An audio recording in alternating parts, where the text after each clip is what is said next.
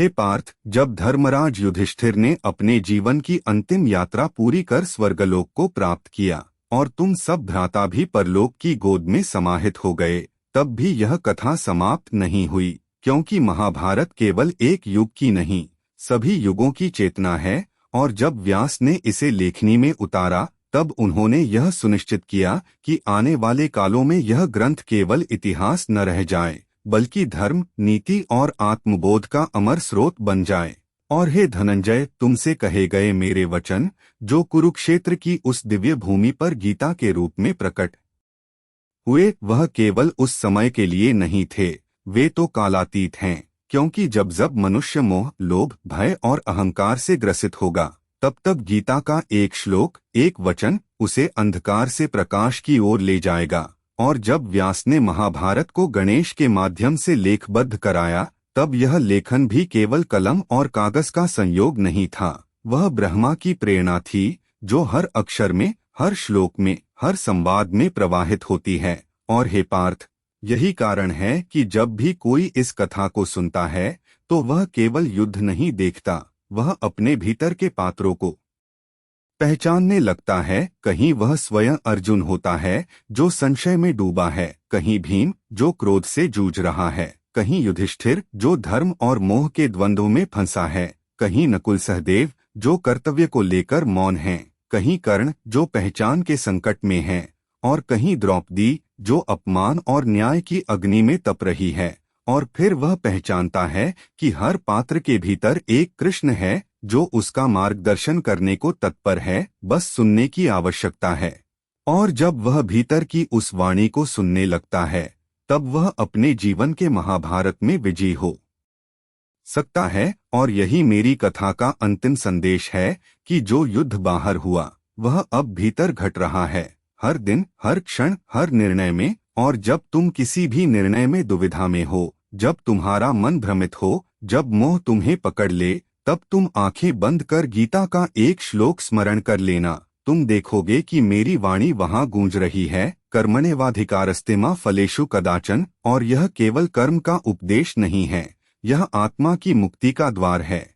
क्योंकि जब मनुष्य फल की चिंता छोड़कर केवल कर्तव्य में रत होता है, तब वह वास्तव में योगी बनता है। और हे धनंजय, यही योग ही जीवन का सत्य है, न युद्ध से भागना, न मोह में फंसना, न अहंकार में डूबना, केवल संतुलन में रहकर जीवन के समस्त पात्रों को निभाना। और जब यह जीवन समाप्त हो, तब पीछे केवल स्मृति रहे, जो प्रेरणा दे, मार्गदर्शन करे। और फिर नए युग में पुनः वही कथा, नए रूप में, नए पात्रों के साथ प्रारंभ हो जाए। क्योंकि महाभारत कभी समाप्त नहीं होती, वह जीवन की चक्रव्यूह है, जिससे बाहर आने का मार्ग केवल आत्मबोध है। और मैं, श्री कृष्ण, हर युग में उस आत्मबोध का दीपक लेकर आऊंगा, कभी ग्वाला बनकर, कभी सारथी बनकर, कभी शिष्य बनकर, कभी गुरु बनकर। और तब तक आता रहूंगा, जब तक कोई अर्जुन भीतर से पुकारता रहेगा, हे कृष्ण, मुझे मार्ग दिखाओ। हे पार्थ, अब जबकि तुमने स्वर्गलोक को प्राप्त कर लिया और तुम्हारे भ्राता भी आत्मशांति के शाश्वत पथ पर अग्रसर हो चुके हैं, तब भी यह कथा रुकी नहीं। क्योंकि महाभारत केवल युद्ध की समाप्ति नहीं, चेतना की निरंतरता है। और जब हम यह सोचते हैं कि सब कुछ समाप्त हो गया, तभी प्रारंभ होता है आत्मा का असली संग्राम, जिसे भीतर जीना होता है। और उस समय जब कलियुग की छाया धीरे धीरे पृथ्वी पर उतरने लगी, धर्म का प्रकाश मंद पड़ने लगा, और लोग फिर से मोह, लोभ और स्वार्थ के जाल में उलझने लगे, तब भी महाभारत की कथा उन्हें बार बार स्मरण कराती रही कि कैसे धर्म की अवहेलना अंतःसहार को जन्म देती है। और हे धनंजय, वही स्मरण ही उन्हें चेताता है कि हर काल में एक कुरुक्षेत्र जन्म लेता है, चाहे वह घर के भीतर हो या मन के भीतर। और जब व्यक्ति किसी निर्णय के द्वार पर खड़ा होता है, तब अर्जुन की तरह संशय उसे घेर लेता है, और तब ही उसे मेरी आवश्यकता होती है। क्योंकि मेरी उपस्थिति केवल भूतकाल की नहीं, वह हर उस क्षण की है जहां धर्म और अधर्म के बीच संघर्ष होता है। और जब तुम अपने भीतर झांकते हो, तब पाते हो कि एक दुर्योधन भी तुम्हारे मन में है, जो स्वार्थ से प्रेरित है, एक कर्ण है जो पीड़ा से जूझ रहा है, एक विदुर है जो विवेक का प्रतीक है, और एक कृष्ण है जो मौन होकर दिशा दिखा रहा है। और जब तुम मेरे उस मौन को सुनने लगते हो, तब गीता की प्रत्येक पंक्ति जीवन की धड़कन बन जाती है। और हे पार्थ, जब किसी युग में अत्याचार अपनी सीमाएं पार कर देता है, तब वह समय फिर से अवतार का होता है, क्योंकि मैं न केवल द्वापर में कृष्ण था, मैं हर युग में उस चेतना का रूप लेता हूँ जो अंधकार में दीप बनकर जलती है। और यही कारण है कि महाभारत केवल पाठ्य पुस्तकों में बंद नहीं रहा, वह वाणी बनकर जनमानस में बहता रहा। गीतों में, नाटकों में, कथाओं में, मंदिरों की दीवारों पर, साधुओं की वाणी में और माँ की लोरी में वह पीढ़ी दर पीढ़ी स्थानांतरित होता रहा, क्योंकि यह कथा केवल कथा नहीं, यह आत्मा की पुकार है। और हे अर्जुन, जब किसी बालक को पहली बार महाभारत की कथा सुनाई जाती है, तब उसके भीतर भी एक अर्जुन जन्म लेता है। और जैसे जैसे वह बड़ा होता है, उसके भीतर के पात्र आकार लेने लगते हैं और वह जीवन को एक लीला की तरह देखने लगता है, जहां हर संघर्ष उसे भीतर से सशक्त करता है। और यही मेरी लीलाओं की माया है कि मैं तुम्हें कभी निर्भर नहीं बनाता, बल्कि तुम्हें वह विवेक देता हूँ जिससे तुम स्वयं मार्ग चुन सको। और यही कारण है कि महाभारत के अंत में भी कोई पूर्ण विजेता नहीं था, क्योंकि जीवन का सत्य केवल जीत और हार में नहीं, बल्कि उस बोध में है जो संघर्ष के बीच प्राप्त होता है। और हे धनंजय, जब भी तुम किसी संकल्प के सामने खड़े हो, याद रखना कि जो युद्ध तुमने कुरुक्षेत्र में लड़ा, वह अब हर हृदय में घट रहा है। और उस युद्ध में मेरे वचन ही तुम्हारा शस्त्र हैं और विश्वास ही तुम्हारी विजय है। हे पार्थ, जब मैं देखता हूँ कि मानव अपने कर्तव्यों से विमुख होकर केवल अधिकारों की कामना करता है, तो मुझे वह क्षण स्मरण हो आता है जब तुमने अपने धनुष को नीचे रख दिया था और मैंने तुमसे कहा था कि धर्म को निभाने के लिए युद्ध से भी पीछे नहीं हटना चाहिए, क्योंकि कर्तव्य और धर्म की भावना ही जीवन की रीढ़ होती है। और जब यह रीढ़ कमजोर हो जाती है, तो समाज विकृत हो जाता है, जैसे कौरवों के राज्य में हुआ, जहां सत्ता का मोह, अन्याय का पक्ष और धर्म की अनदेखी ने अंततः विनाश को आमंत्रित किया। और हे अर्जुन, वही विनाश अब भी प्रत्येक मनुष्य के भीतर प्रतीक्षारत है, यदि वह सजग न रहे। और यही कारण है कि मैं बार बार स्मरण कराता हूँ कि यह कथा केवल राजाओं और योद्धाओं की नहीं है, यह हर मनुष्य की है जो निर्णय की दो धाराओं के बीच फंसा होता है। और जब उसका अंतर्मन उसे कौरवों की ओर खींचता है, तब मेरी वाणी उसे पांडवों की ओर लौटाती है, क्योंकि मैं केवल एक पात्र नहीं हूँ इस महागाथा का, मैं उसकी चेतना हूँ, उसकी आत्मा, उसकी दिशा। और जब तुम मुझे स्मरण करते हो, तो वह स्मरण केवल मंत्र नहीं होता, वह एक आह्वान होता है उस विवेक का जो तुम्हें अंधकार से प्रकाश की ओर ले जाता है।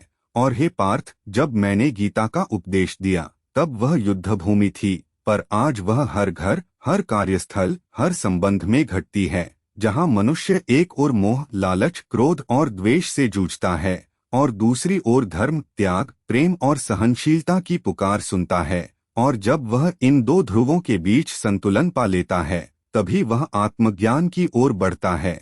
और यही महाभारत का सार है, आत्मज्ञान के मार्ग पर संघर्ष, क्योंकि बिना संघर्ष के न तो अर्जुन वीर बनता है, न युधिष्ठिर धर्मराज, न भीम बलवान और न द्रौपदी तेजस्विनी। और इसी संघर्ष में जब तुम मुझे अपना सारथी बनाते हो, तब मैं तुम्हारे जीवन रथ को वही दिशा देता हूँ जहाँ तुम्हारा आत्मबोध संभव हो। और यही कारण है कि मैं तुमसे कहता हूँ, हे अर्जुन, जब जब जीवन तुम्हें दो राहों पर खड़ा करे, तब तब तुम केवल इतना स्मरण कर लेना कि युद्ध तो बाह्य होता है, पर विजय अंतर्मन में होती है।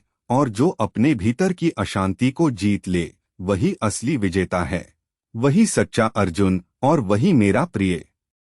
हे पार्थ, जब युग बदलता है तो केवल समय की गति नहीं बदलती, भावनाएं, दृष्टिकोण और धर्म के प्रति मनुष्य की समझ भी रूपांतरित होती है।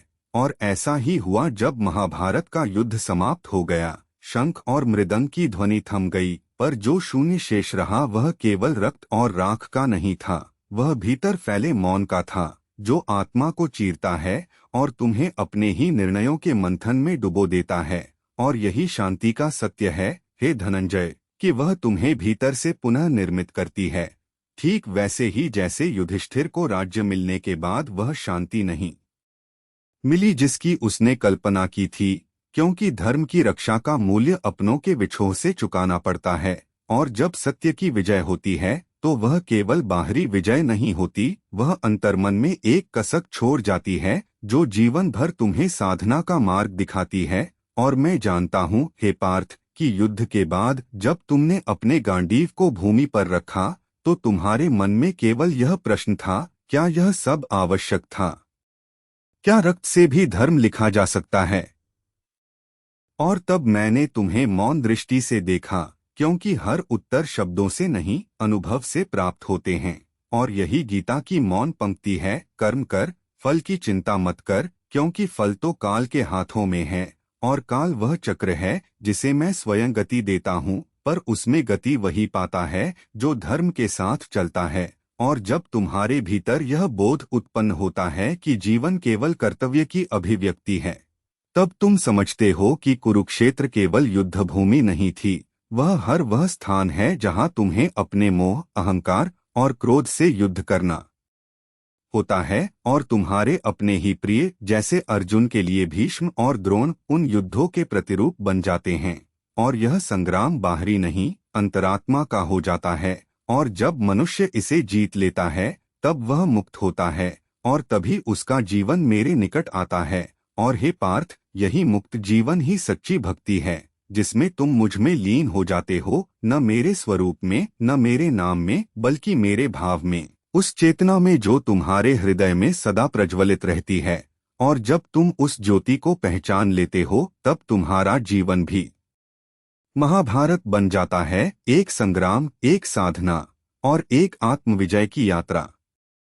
हे पार्थ, जब युद्ध समाप्त हुआ और राज सिंहासन पर धर्मराज युधिष्ठिर प्रतिष्ठित हुए, तब भी मैं जानता था कि कथा वहां समाप्त नहीं होती, क्योंकि सत्य का बोझ विजय से कहीं अधिक कठिन होता है। और वही बोझ युधिष्ठिर के हृदय पर पड़ा जब उन्होंने अपने ही भाइयों और द्रौपदी के साथ हिमालय की ओर प्रस्थान किया। राज्य, वैभव और यश को त्याग कर वे उस मार्ग पर चले जो मुक्ति का था, परंतु वह मुक्ति भी तप की मांग करती है। और मैं, जो सदा उनके साथ रहा, उनके मौन में, उनके त्याग में और उनके शांति के प्रयासों में, वह भी एक प्रकार की गीता थी, न वाणी में कही गई, न शास्त्र में लिखी गई, पर जीवन के हर क्षण में निभाई गई। और हे धनंजय, जब तुम हिमालय के कठिन मार्गों पर बढ़े, एक एक कर सबने शरीर त्यागा, केवल युधिष्ठिर ही आगे बढ़ते रहे।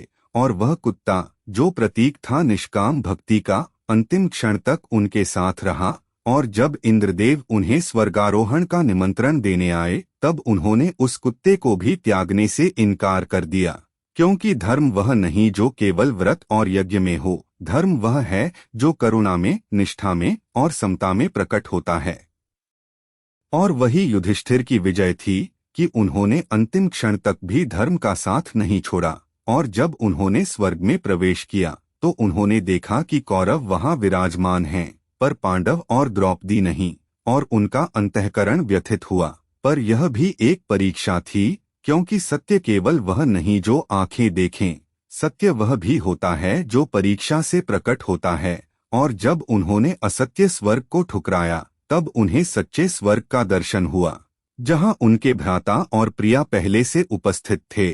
और यह वही क्षण था, हे पार्थ, जब जीवन की अंतिम गीता उनके भीतर गुंजित हुई कि धर्म का मार्ग कभी सरल नहीं होता, पर वह अंततः तुम्हें उस शांति की ओर ले जाता है जहां न दुहक है, न संशय, केवल मैं हूँ, कृष्ण, तुम्हारा सखा, सारथी और परमात्मा। और मेरी यही लीला है कि मैं तुम्हारे साथ हर युग में, हर रूप में, हर संकट में एक अदृश्य शक्ति बनकर चलता हूँ। और जब तुम मुझे अपने अंतर्मन में अनुभव करते हो, तब समझ लेना कि तुम्हारा कुरुक्षेत्र समाप्त हुआ और अब तुम्हारा द्वार का आरंभ हो चुका है।